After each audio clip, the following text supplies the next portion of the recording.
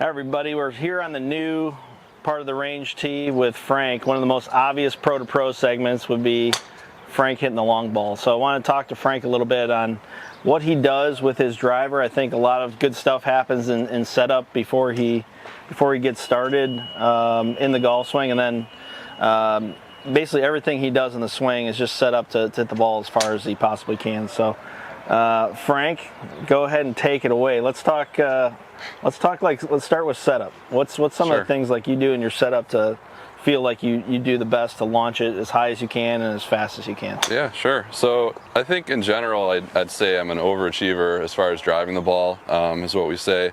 So I'm not crazy off the charts with swing speed as people think. It's kind of like in the high teens, but I think I do a lot of things well in my setup to create that optimal launch and spin. So you'll see my ball flight come out pretty high and flat typically, and I think a lot of that is because of the tilt that I get when I set up to it. So I'll take a club here, I'll run it through my sternum, through my belly button, and I like to see it kind of run down kind of towards the front of the ball, towards my inside of my knee.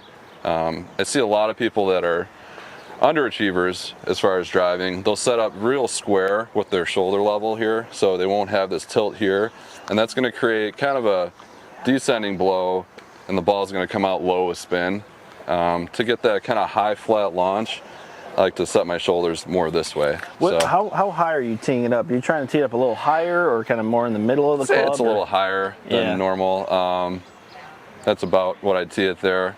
I'd say maybe three-quarters of the ball above the crown, above the top line. Yeah, so kind of the old conventional wisdom would have been kind of more half in the crown, but the way that Frank's setting up, where he's got that tilt and has the ball teed a little bit higher, that's going to encourage more of an upward swing. And actually, sometimes you struggle with not having enough spin on the golf ball, which Frank, like he's saying he's overachiever. I just think he's a great driver of the golf ball.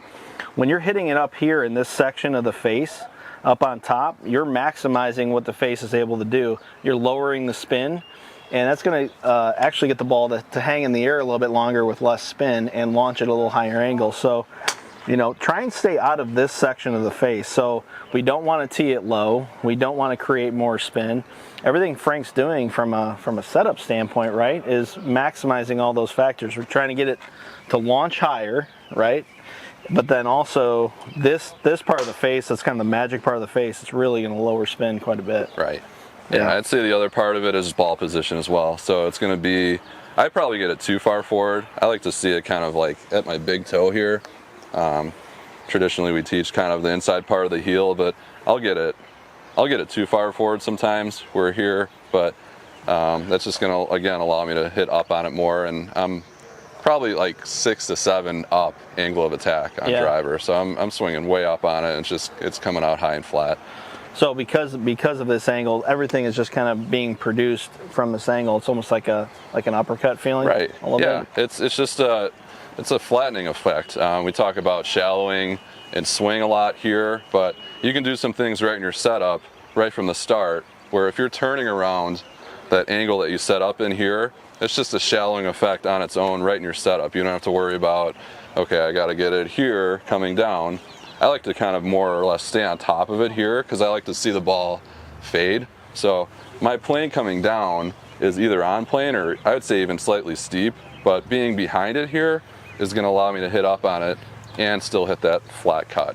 So you're still able to produce that little cut ball flight that you want, which is very controllable. It's kind of tour level, right? It's like tour-ish. The big thing now is you're still swinging up on it. You're still shallow enough, but you're able to create that ball flight. All right, so let's go ahead and hit one. All right. Let's go ahead and hit one.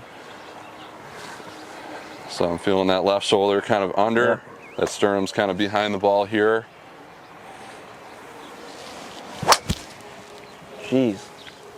That was swore there. That was, if you like 315 in the air, that's not bad.